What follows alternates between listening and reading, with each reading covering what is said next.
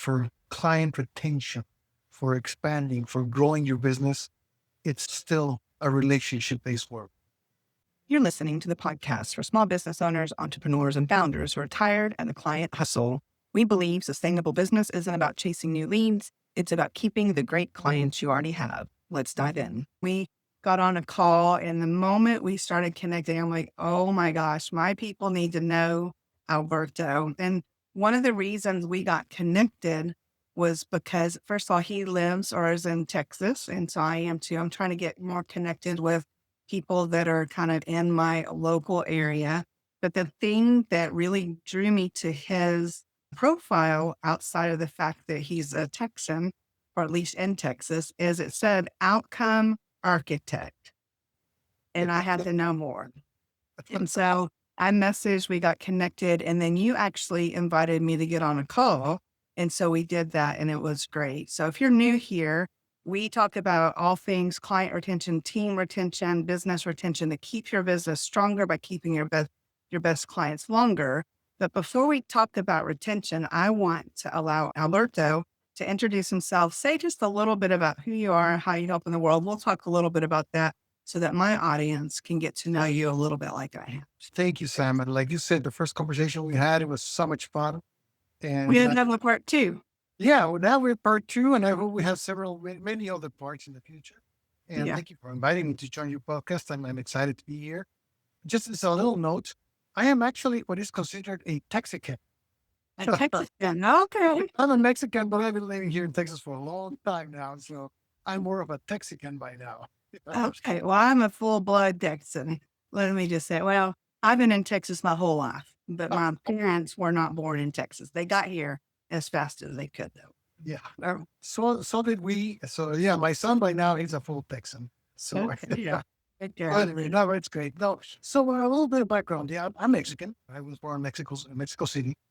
And when I was 10 years old, for many reasons, my dad died when I was 10 years old, and we moved to California because my mom's family lived in California. So I lived 10 years there. So Mexican, and then 10 years in the States. Then I went back to Mexico for college, did all that.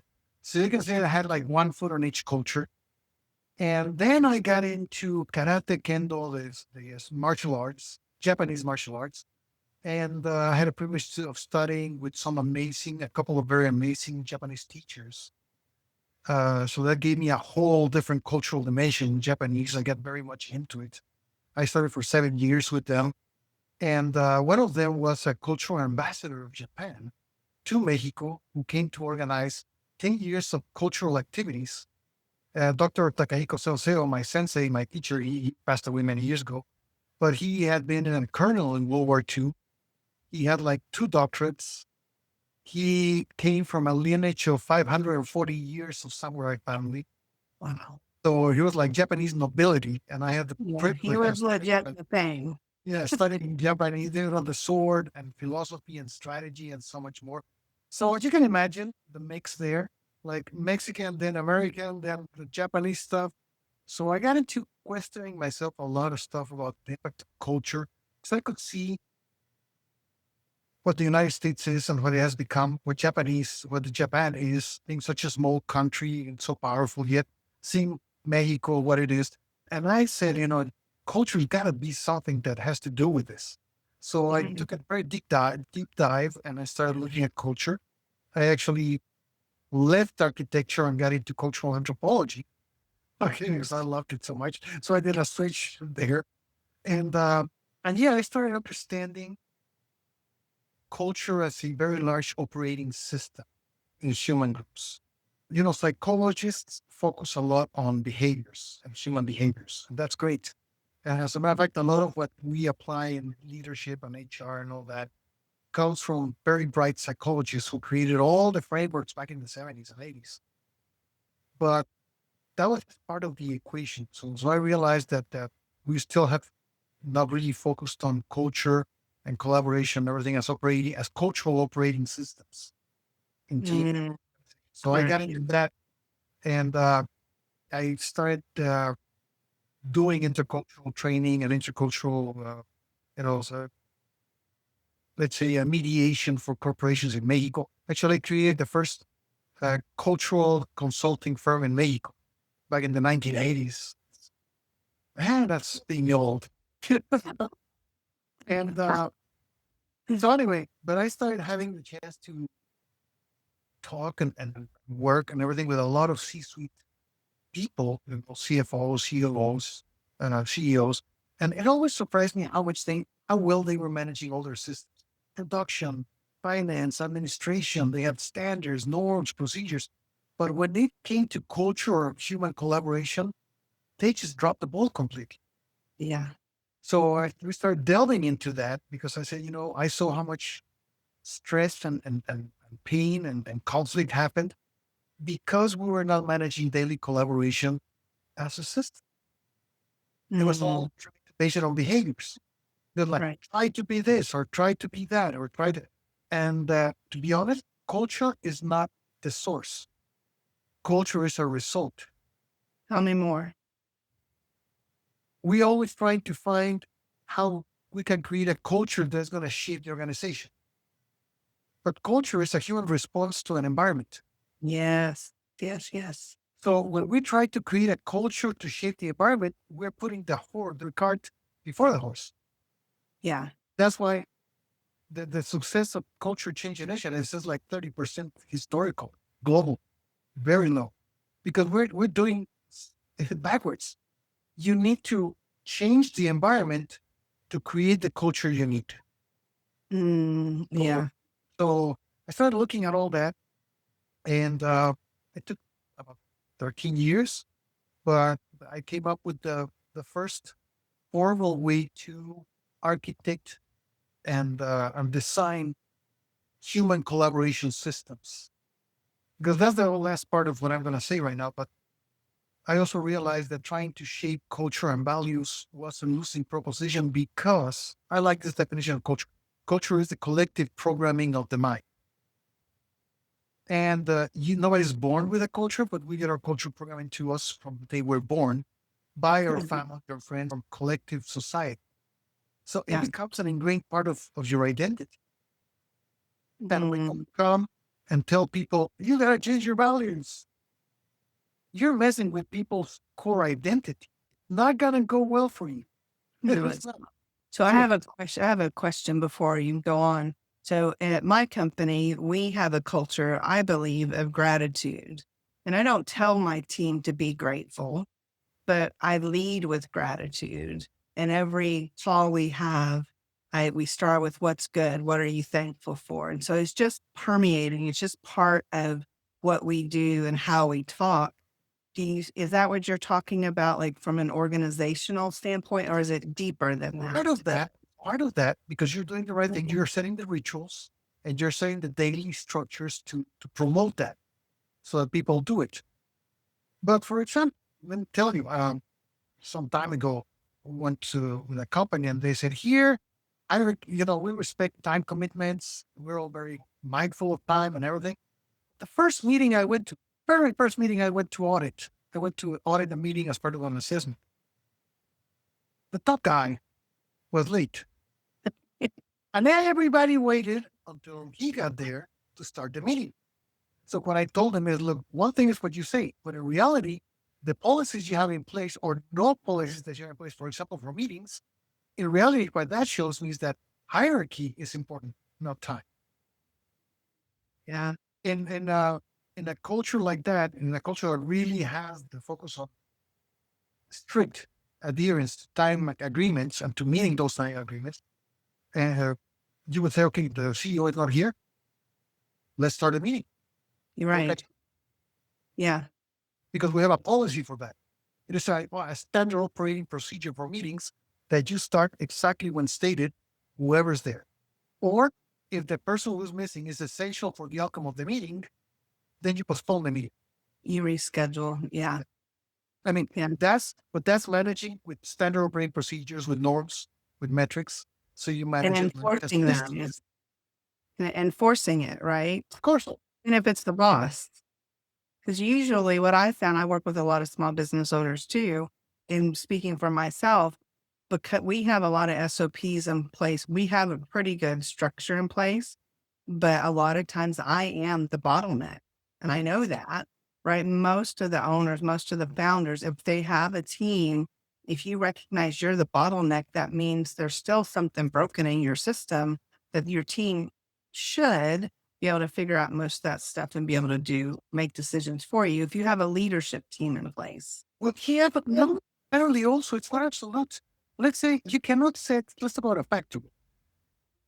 You cannot set people and everything else for the people that on the production floor that you're going to do for this CEO because their environment is different. Their job is different. What you need to do is different. Yeah, that's a good reminder. It's not absolute for sure. Yeah. I mean, you need to set different, for example, your job as the CEO of your company is more strategic than operation.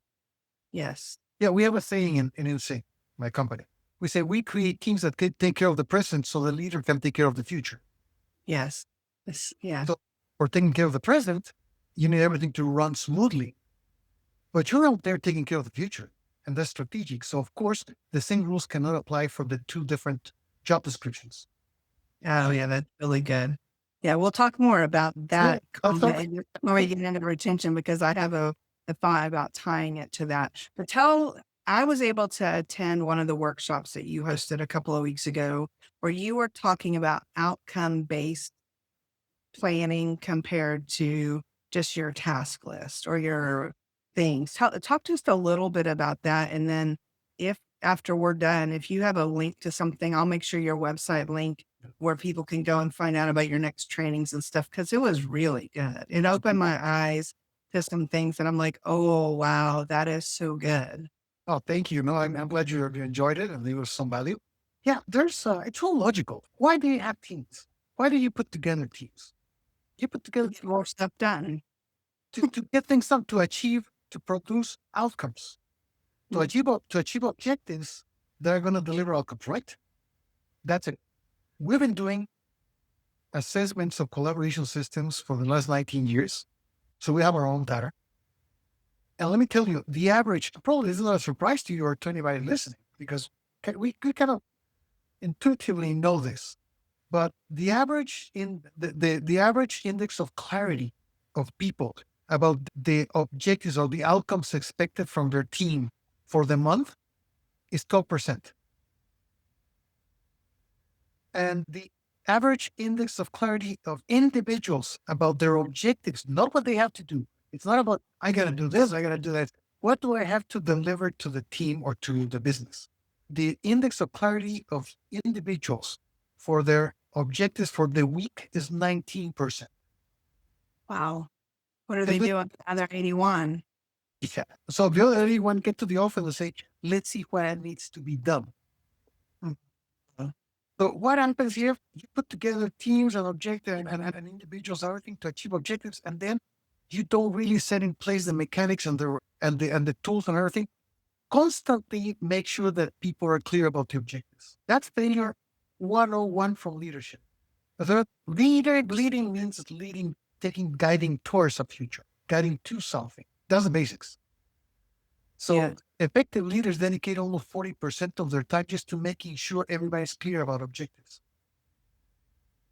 So if you have a company and you're selling widgets the goal is to sell whatever the widget is, and you have a group of salespeople and they have on their list of tasks or their normal calendar of making calls, is the outcome to make 20 calls in that hour, or is the outcome one new client? Or how do you determine? But the core outcome should not be to make the 20 phone calls, because if you keep making the 20 phone calls, that's what we call a low quality objective, because it is focused on an activity, not on a result. Yeah. You can be making all the 20 phone calls, but if you're not getting the contacts, it means that maybe you should not be making phone calls. Maybe you should be doing something different. So the real or you're calling it the wrong time of day, or you're calling the wrong business. There's a lot of different factors. As the CEO of my own company, if you ever look at what we call my weekly objectives matrix, I have one objective in there because I'm the one out there doing lectures and talks and everything. And it's one AAA prospect per week. So I have to bring in a AAA clear prospect. Doesn't mean a sale, but a clear prospect every week. Now, if I have to make phone calls, go to meetings, do whatever, that's activity. Those prospects are to get you in front of the room to be able to host an event or share y'all what you teach. Yeah, or a prospect who's interested in hiring our services or Right. products or something, so prospects. But so anyway, what you need to do is to begin with is make sure that everybody's focused daily on outcomes, not on doing, but on delivering. And that's what we do. Don't tell me what you're going to do. Tell me what you're going to deliver for us this week and which day you're going to deliver each day. So give me Mhm. your production plan for the week. And then I don't have to follow up. I don't know. I don't need to know how many. All my team, we've been working remotely since 2012. Yeah. So, and And it's, same, my business, I started in 2019, right before COVID happened, about a year before COVID. And I was one of the rare companies that actually benefited because of COVID, because we were virtual already and people needed help with that. It was a very odd time to know that I was doing better business wise in COVID and most businesses were. It was very weird. because of course, the moment you become remote, it's very hard to manage activity. So you better Mhm. make the transition to managing outcomes. Yes. So Yeah. yeah, Yeah. it's that whole thing. So it's a whole thing. I mean, just if we say people don't know their objectives, then from there, everything just goes south. So that's where everything starts, actually. Yeah, yeah. That's so good. We could keep talking about all this stuff. Yeah. Let's transition to retention just a little bit. Yeah. And we had a couple of talking points that we talked about, but we'll see where the conversation goes based on what we just shared. And one of the things you mentioned, though, when we talked before, was about how retention really is based on the experience that whether it's your team or your clients get. And so, talk about a little bit from your point of view the relationship that your team impacts retention or the processes or what you think that looks like for you. Absolutely. And look, talking about human nature, which is what I do, Yeah. and how to manage human systems, human nature, collective behaviors, all this. Retention is not an outside client facing issue. I always like to say that retention is an in out result. Yes. Agreed. It There has to be the right feel and focus of the team inside in order to be able to have client retention on the outside. I've always said, how can you expect people to help you retain clients if you are not able to retain your people? That is a mic drop moment. It What truly is. yes. And engagement and retention, I could almost say that we're in a post-retention age because everything's becoming transactional. Yeah, I am revolting and I'm fighting that battle. You are 100% correct, though. It's what's happening, but there's a better way. Of course, transactional relationships with clients will never lead to retention. Because if it's just transactional, the very moment somebody offers me $1 less for the service or whatever, I'm going to take it because it's purely Mhm. transactional. Yeah, that's so good. One of the companies I worked for back in 2010, 2011, I talk about them kind of often because it was the best company I've ever worked for outside of my own. And I learned something from the VPGM, who I was his right hand. And basically, I managed all his stuff and his 13 salespeople. He called me a bulldog, and it was a nice thing. He said, if somebody got on my calendar or got to me on the phone, they had to go through you first. And that means you vetted them. So he trusted me with all that. And he's amazing.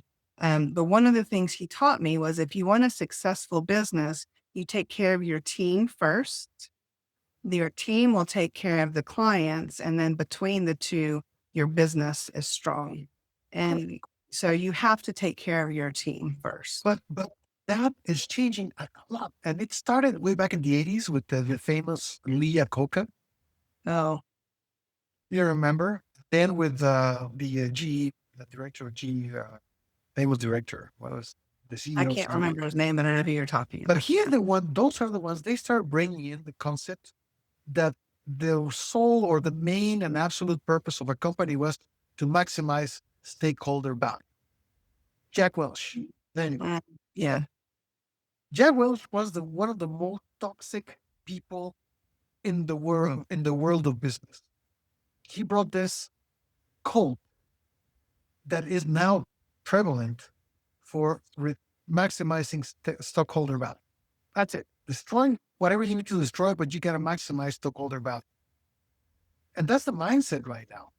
And the mindset is very different. So how are you going to, I always tell people, I still haven't found employees who feel real passionate and want to make their life mission to give more money to the stockholders. I am. I'm not yet. Maybe there's some out there, but I am. And on top of that, now with everything, even the change of name for human resources, personnel to human resources, that was a horrible change. It's like humans are resources. So let's manage it. You're like, come on. It's not. I actually like personnel better. At least it was a little more human. But anyway, now imagine, for example, here's a clear example. The CEO of Salesforce, Mark Benioff, according to Business Insider, came out with an article the other day. He actually said this in a podcast. He was in a podcast and he said he had just laid off 9,000 people from Salesforce. And he said, it's been 8 of the most exciting months of my career. Wow. I was able to rebalance my headcount and support, and I've reduced it by 9,000 people. So he was excited, happy, giddy. I've been able to, so exciting to get rid of all these people.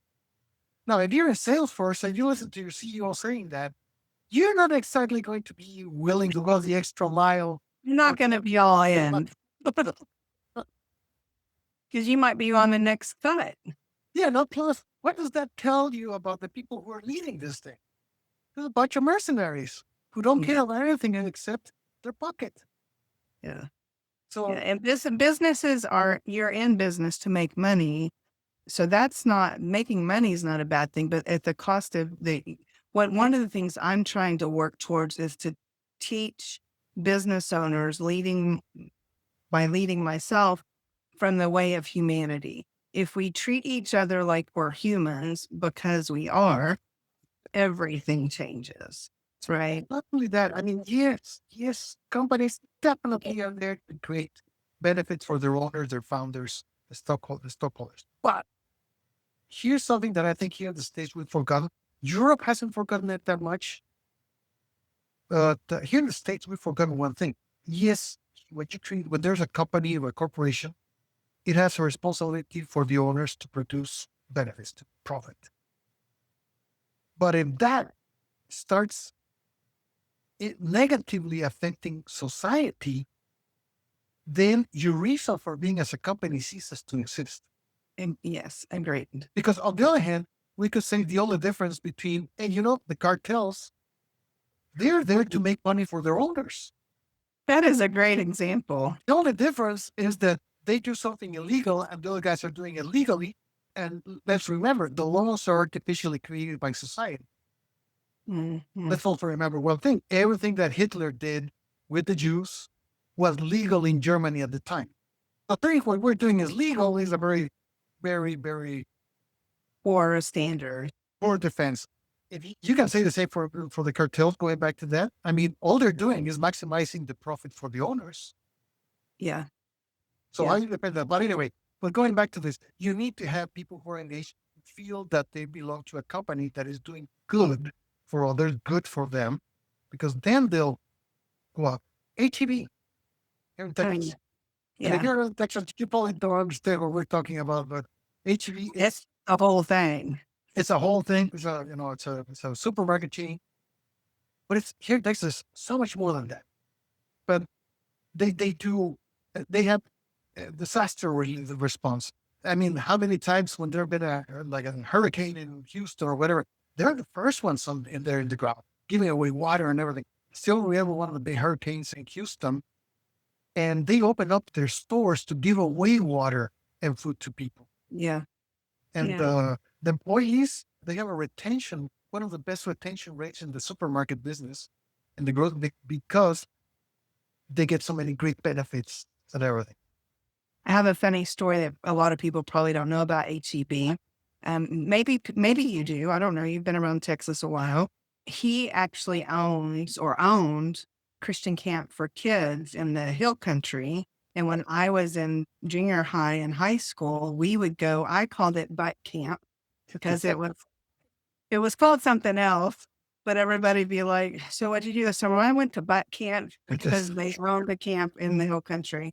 And so, yeah, HEB as a whole, it's just a way of life here. They're It is. good. Well, they're going to do what they say and they take care of things, right? I go to a store and even the manager says, "Are you okay? Did you find everything?" In our experience, when you tell them, "Oh, I couldn't find this," it's amazing. Days later, you get a message saying, "Hey, by the way, now we got what you couldn't find. So it's here if you want it." Stuff Yeah. like that. Yeah, Here's they've always been good. here's a big, very important difference. I don't know if you are aware of this, but HEB is one of the largest privately owned companies in the United States. I did not know that. They are not a public company. They are private. The Buck family, and by the way, for anybody who doesn't know, that's the name of the family. Yeah. Buck family are the sole owners of HEB. So I have some very good friends who work in HEB and the international environment. What they tell me is, look, my job is to shoot. They don't fire people. And the owners, they say, we're going to do whatever we want with our money because our money. So we're going to buy local as much as possible. We're going to give the best benefits to our people because we want them to stay. So, Yes. and I mean, and everybody here, HEB here in Texas is like a passion. Do you get their homemade tortillas? Oh yeah, of course. They're homemade everything. Yeah. I told my husband, you can't buy those anymore because I'll eat them all. They're so good. We're talking about client retention. The client retention for HEB is through the roof. Yes. Yeah. We even Yeah. have a saying here in Texas, it's my HEB. Mhm. That's such a great example. Yeah. All right. One of the other things we talked about, and I actually want your feedback on it a little bit because I actually agree, but I think we may have a different take on it. You had mentioned that AI can actually cause lower retention. Oh yeah. Because AI at the stage it is right now can be frustrating for a lot of people. It's like going on, if you go to YouTube right now, there's a concept called the dead internet. This concept came about like back in 2012. And the concept was that there would be a moment where everything in the internet would be generated by systems and artificial intelligence, and there would be no people talking to people. It would just be AI talking to AI. So it's getting to a point where you see all the content and it's just AI content. You can tell it's AI content. Yeah. And so when you try to reach out to a company and you get AI, you immediately, as a person, as a human, kind of turn off. I mean, there are some people, introverts, who hate to talk to other people. And for them, it's like, great. The less I talk to people, the better. But 80% of humans, we like to talk to another human. We like that contact. Still, I don't know the reach. Still. Yeah. So my take is I believe that there's first of all, AI is not going anywhere. It's going to get bigger and bolder. That's the way I would say it. So we have to figure out how to use it effectively without replacing our own voice. And so I do use AI for some things. And for some of the businesses we work with, we use like a voice AI assistant. So if they call and they don't pick up their phone, it can actually take the call and schedule the appointment for them, kind of thing. Like a virtual assistant that helps you. Yes. It just automatically kind of happens. But what I'm finding is that for retention, when people think that they're automating these emails that say, thank you for your business, it's all written by AI with no human connection, that's never going to work. Yeah. So whenever you go in and say, like one of my clients sent me a message today because I sent her something in the mail. Right. And she actually sent me a video saying, thank you so much of the thing that can't be replaced by AI. Like what I did for her cannot be replaced by AI. And so when we use AI appropriately, I think it can enhance what we're doing, but not at the cost of our own voices. Of course not. And some of the contexts, and I want everybody to listen to transpolate to examples they can have in their own states. Well, another example here is Frostbank, for example. We met with Frostbank. Why? Because They still, number one, they still have branches where I can go and talk to people. But every time I pick up the phone, and they pride themselves on this, it's a selling point for them. They said, you're always going to be talking to someone, to a person. So you pick up the phone and you get an actual person and you can have a conversation and everything. You go to a branch and everybody's there and they just do whatever it takes to take care of you. And they're always warm with their smile and everything. We are humans. We are built to be in groups still. And so we are gregarian. We like to be in groups. And that makes you feel good whenever you need it. Sometimes you don't want to go. You don't. You pick up the phone. You do it online. They got all the options. But let me tell you something that Trust does, which is amazing. In each of their branches, they have these beautiful meeting rooms.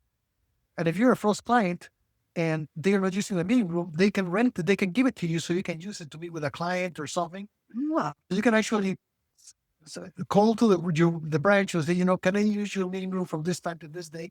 And they say, sure. And then you can meet with clients there and you got coffee and you got the whole thing. Wow, that's amazing. I didn't know places still did that, like except for co-working spaces and stuff. But so, Yeah, I mean, these are the great. things that make it human.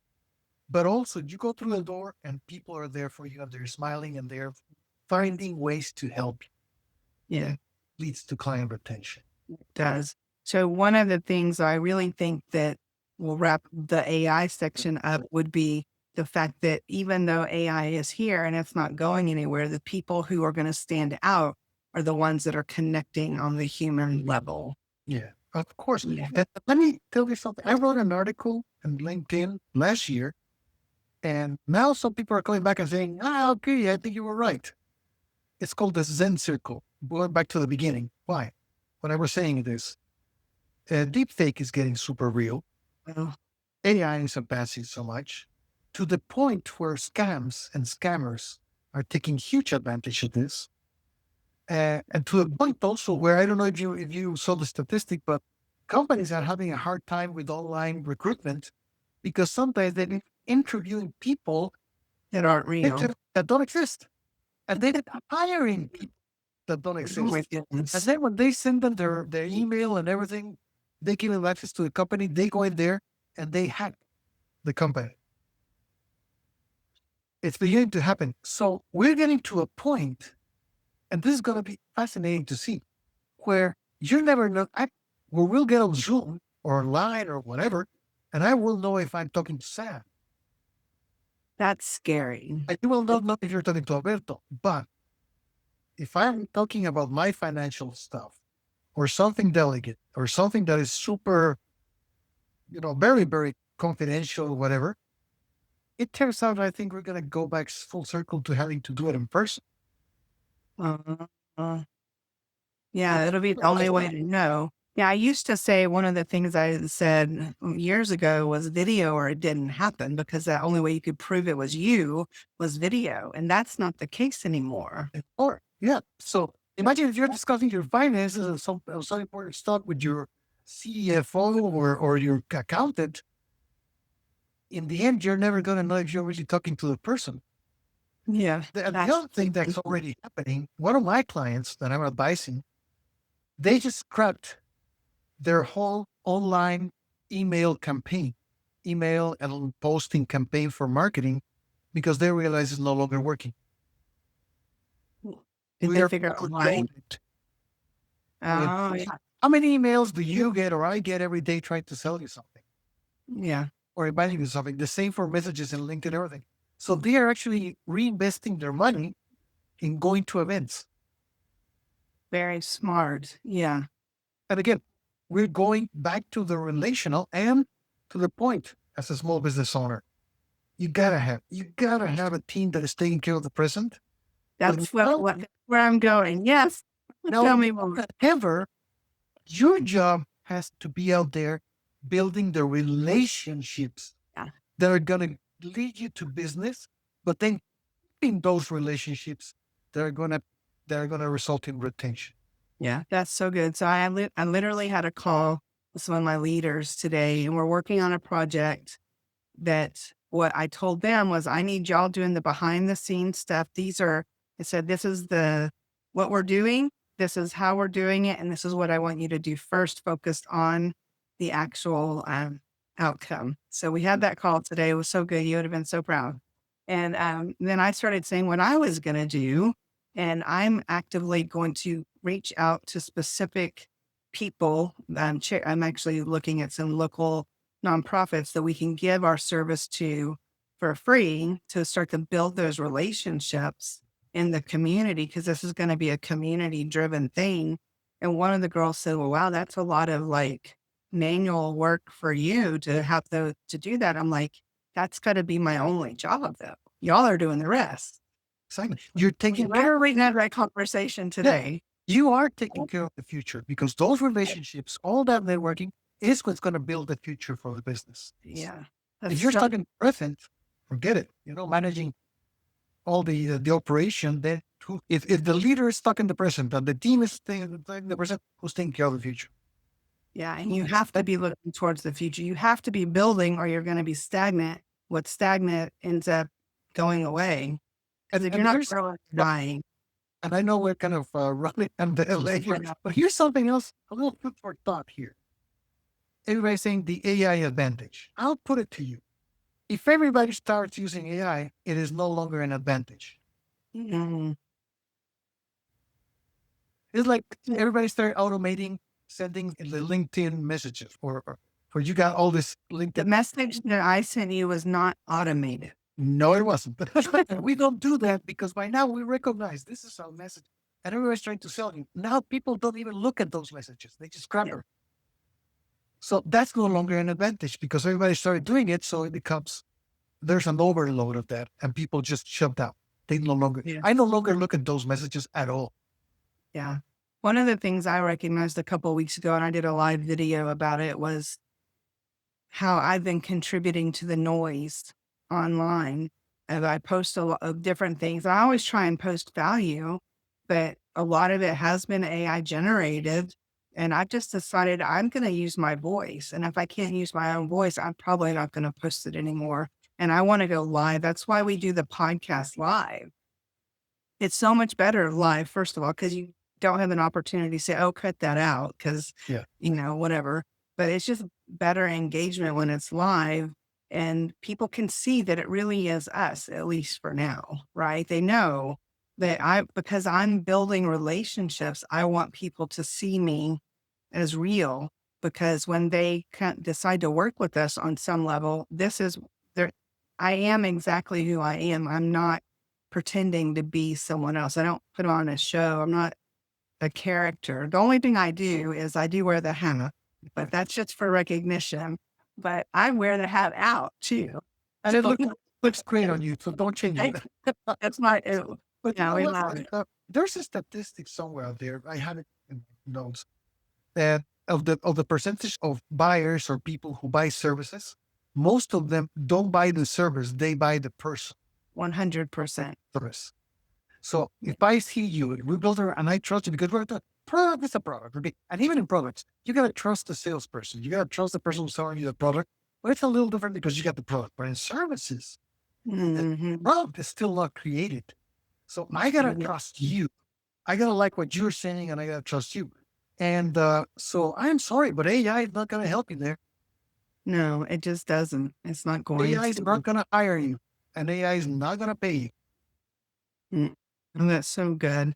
Well, Alberto, I've had such a great time with you. We will probably end up doing a part 2 later of this with you for the podcast, because I think that you bring some great value, some insights that I know I hadn't thought of, and I'm sure people that have been watching or listening are as well. Do you have any kind of closing thoughts before we wrap up? Something you wish I'd asked or something you would just like to have a closing thought? No, I just like to close by telling everybody not to get caught up in the AI and systems frenzy. And not to get carried away with it, to use it very carefully, very strategically as a tool, but to realize that for client retention, for expanding, for growing your business, it's still a relationship-based work. Yeah, and you got to do the work. Yeah, you got to do the work. And so one of my best clients, one of my best friends, actually, his name's Coach Dale. We had this discussion a couple of months ago now, and because we were talking about what you mentioned at the beginning about transactional, we're in this transactional world. And we started talking about why that is. And what you just said is going to put a bow on everything we talked about, is that people that want to build a business that is built on retention, where you keep your best clients longer, your team longer, it has to start with the relationship. And people are leaning into the transactional side of things because they don't want to build the relationships. Yeah. They don't want to do, because relationships, I don't know if you know this, but they can be messy. Oh, They get hard, well, yeah, right? we humans are messy, but Yeah. but But it's worth it. It's so worth it. The relationship I have with Coach Dale now, we've been working together for over 6 years. And the relationship I have with him now is so much better than it would have been if I had just done one thing with him and I didn't get to know him, who he is as a person, what he's trying to do in the world. And we try and do that with all of our clients and my team as well.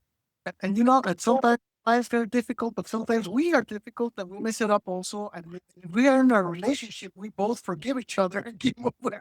So, something like yourself. Some of my clients are also very good friends of mine by now, I because know. And if you're gonna be in business with people for long periods of time, it may not ever be personal friends, but you know each other well enough to where it's not just a transactional thing, right? To where you ask about their kids or their family or where they went on vacation or whatever is going on in their world, because you care. yeah, there's a respect.